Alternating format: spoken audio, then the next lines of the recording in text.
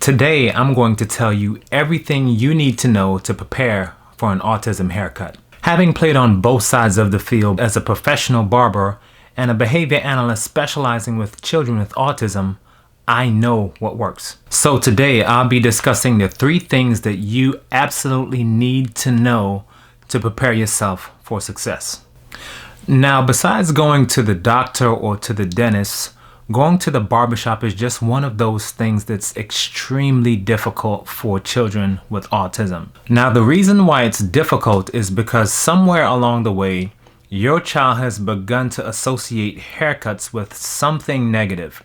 You may not even know exactly what it is, but you know that the way that your child is behaving, he's indicating that he does not want to go and get a haircut. Now, as a parent, you know the importance of having early success with activities like going to the doctor or going to the dentist, because once your child has a negative experience, it will be next to impossible to get them to go. And these are important activities that your child needs to learn how to cope with. Now, that negative experience that your child had becomes a make or break it type event that makes it much more difficult for them to go and get haircuts in the future. This is why it's so much easier to focus on creating a first positive experience. To do whatever is within your power to create a positive first experience, because it's so much easier to start from a positive experience than to have a negative experience and to try to reshape your child's thinking about that event. So this is the importance of having early success with activities like getting a haircut. So how do you set up your child for early success? Well, the first thing you need to do is to identify the discomfort. What is it that your child is not comfortable with? Was it the buzzing noise of the clipper that your child has an issue with? Was it the vibration? Did they get cut or did they get nicked by the clippers? Were the blades too dull? You know, cutting with dull blades does yank the hair, and that's pretty uncomfortable for a regular kid, much less a child with autism who is more sensitive to these types of problems. And so the whole point is you need to be able to properly identify where the discomfort is. You can't properly address the problem unless you know exactly where the problem is. Once you identify where the area of discomfort is, it's almost like a diagnosis, and that will give you the direction in terms of what you need to change to create a pattern of early success. So right off the bat, one of the early suggestions could be, is there an alternative way that you can achieve getting your child a haircut? So in other words, instead of using clippers, could they use shears to cut your child's hair? That might be an easy solution to deal with the issue of the vibrating clippers or nicks and cuts. Now, the only thing is that whoever will be cutting your child's hair needs to be extremely good at using shears. If you have a child that's a mover or he likes to wiggle or squirm, they'll need to be extremely careful because you can do a lot of damage with some shears. Now, one of the more common challenges that children with autism have as it regards getting haircuts is the vibration of the clippers. Of course, we all know the clippers vibrate, and once you put those clippers onto your child's head, then they don't like that sensation. They have a lot of difficulty dealing with that sensation. So the way that you deal with that is by a process called desensitization. So what you're doing is getting your child used to the sensation of the vibrating clipper against their head. Now, the way that you do this is by gradually increasing their exposure to that vibration. Now, the way that you do this is by gradually increasing their exposure to, number 1, the sight of the clippers, number 2, the sound of the clippers, and finally, number 3, the vibration of the clippers, all in that specific order. You first need to get them accustomed to looking at clippers, being comfortable with the sight of clippers close to them. Secondly, the sound. And then thirdly, the vibration of the clippers. Now, for many children with autism, the mere sight of clippers can freak them out. They're scared because they've already begun to associate that clipper, that item, with something that's negative, something that's painful, something that produces discomfort. They don't want to be around it. So the way that you begin this process of desensitization is by gradually exposing them to the sight of the clippers. So you can simply leave it on the counter so that they could see it, so that they can observe it. If it's a situation where your child is very uncomfortable with even seeing the clipper, then what you have to do is you have to use a process that's called pairing. Now, what pairing is associating that non-preferred item, the clippers, with something that they like, something that is positive. Let's say, for instance, your child likes to play with a toy Ninja Turtle. You can take that Ninja Turtle and pretend like you're giving the Ninja Turtle a haircut. So you would take the clipper, you would have your Ninja Turtle, and you would act like you're cutting the Ninja Turtle's hair, even though he doesn't have any hair, like me.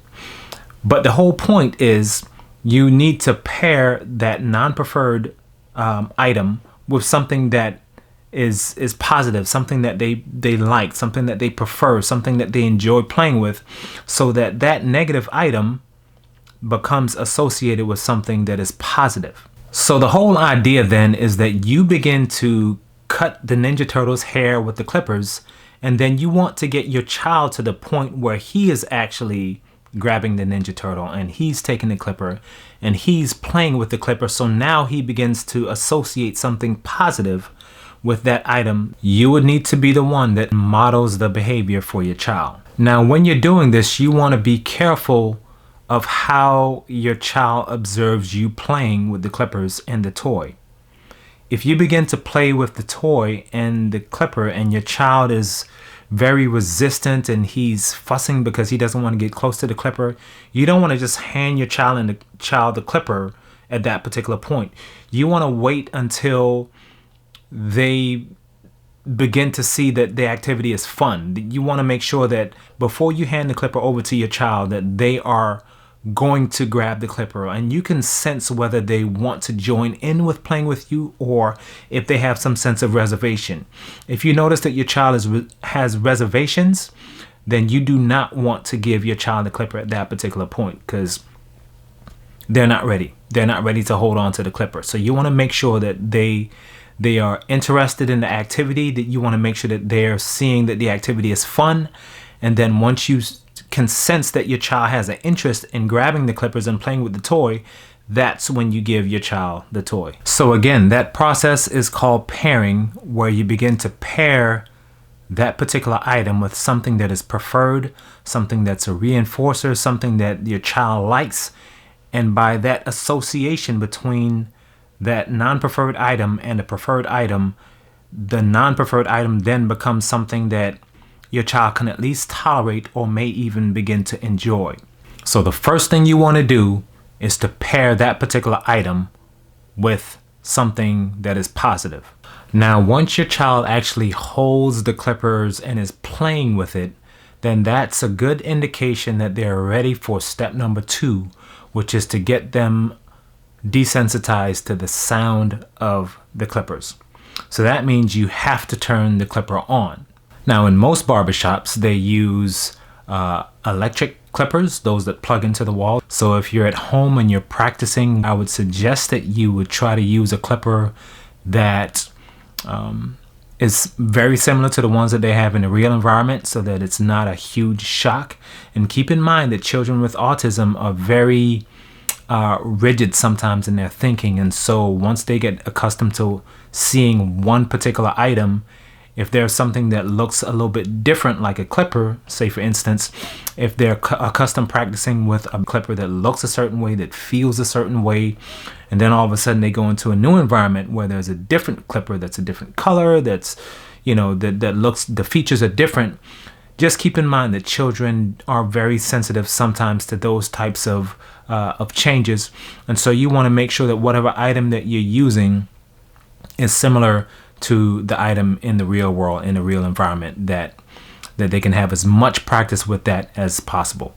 So for step number 2, you would need to be the one that again models the behavior for your child. So you would plug the clipper into the wall, and then you would turn the clipper on. And if you notice that your child is very aversive to the sound of the clipper, you may just want to turn it on and turn it off really quick, so that you're not keeping the clipper on while you're playing, because again, you want to make sure that they are become desensitized to the sound of the clipper. So you only want to cut it on for a quick moment and then you turn it off. but you want to make sure that they're hearing you when you turn the clipper on. So that way they are gradually exposed to this stimulus that they don't really care too much for. And eventually what you want to do is you want to increase the amount of time that the clipper is on so that they gradually become accustomed to the sound of the clipper. So again, it would look like getting your Ninja Turtle, getting your clipper, and he sees you playing with it, and all of a sudden okay, here comes the buzz, and you cut it on and you cut it off, and that way he doesn't get overloaded with this stimulus that he doesn't really care for, that's aversive to him. Now, once you notice that your child is able to tolerate that noise, then you give him the clipper and you give him the toy. You want to make sure that he also imitates whatever the behavior is, which is turning on and turning off the clipper. And you continue to play with that particular item and see how he responds. And if he doesn't respond positively, then that means you have to backtrack a little bit so that he becomes more desensitized to that sound. So it might involve you just playing, with the toy. Maybe he has a Ninja Turtle and you say, okay, now it's your turn.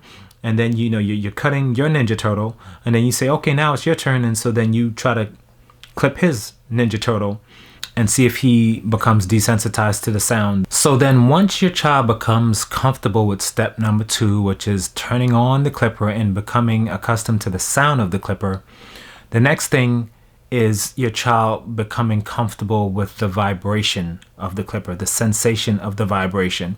And they will kind of do that if they are able to hold the clipper and play with their toy, to act like they're cutting their toy's hair with it.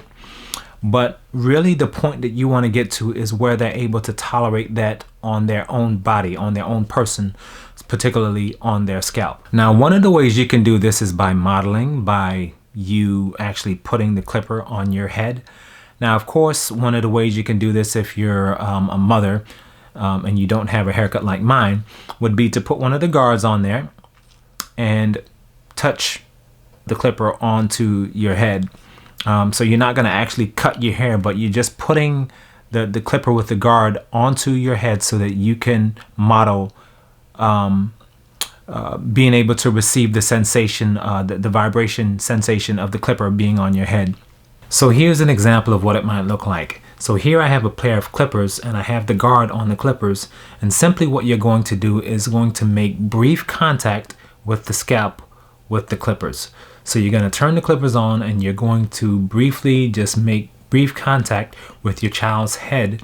You're not going to try to force it on there. You're not going to try to jab him with it. You're briefly going to touch and take it off. Now, you need to be very careful that as you're moving towards your child and if you see them pulling away, you don't want to force the clipper onto their head. One way you can kind of do this is by, kind of acting like it's a plane, meow, and you kind of make it into kind of a fun activity. And I don't care, put some wings on the clippers, to make it look like a plane or something. Act like the plane is needing to land, and it's actually going to land on your head.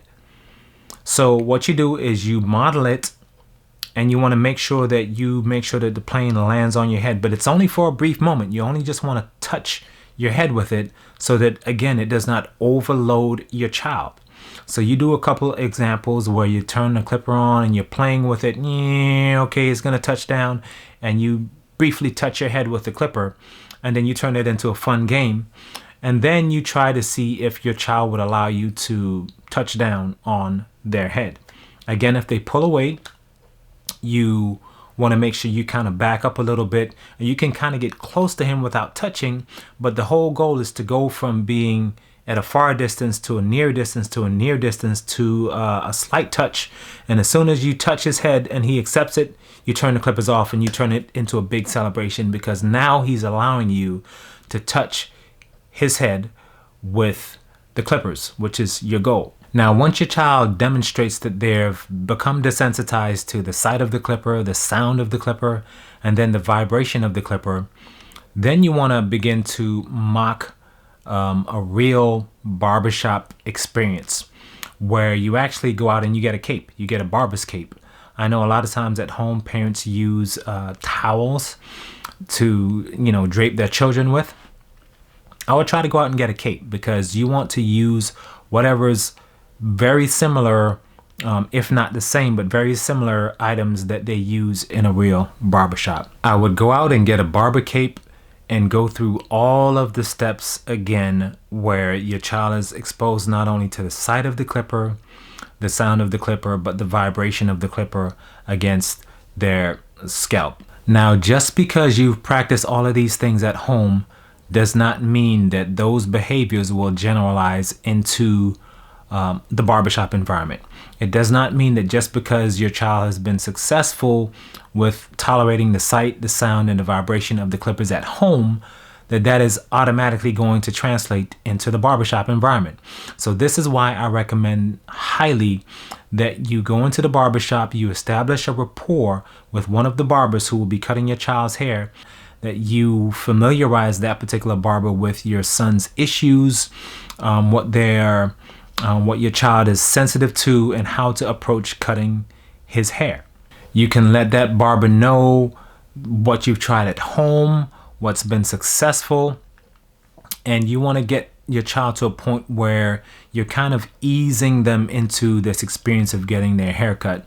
I would highly recommend that you do that so that your child becomes more familiar with that environment. You don't want to force your child into an environment where they're uncomfortable or they haven't been desensitized to the experience that they would soon be having when you actually go and you get a haircut in a real barbershop. One suggestion may be that you might want to be the first customer. Maybe your child doesn't like to sit and wait for an hour to get a haircut. Maybe Saturdays are way too busy. Maybe you want to be the first client on a Wednesday morning, where there's less stimuli in the environment, where there's less noise, where there's less people. These are things that you need to factor into what your child's inclinations are and things that are aversive to your child. So hopefully you enjoyed this video on how to prepare for an autism haircut. I want to hear from you, so please comment below. Feel free to share this video, and I want to know which one of these strategies are you going to focus on. Are you going to focus on desensitizing your child to the sight of clippers, to the sound of clippers, or to the vibration of clippers? Or where are you stuck? Where do you have the most difficulty? Please comment below, and I'll be making more videos. So stay tuned to EDU Autism, where you can get more information on how to deal with these types of problems. And don't forget to subscribe.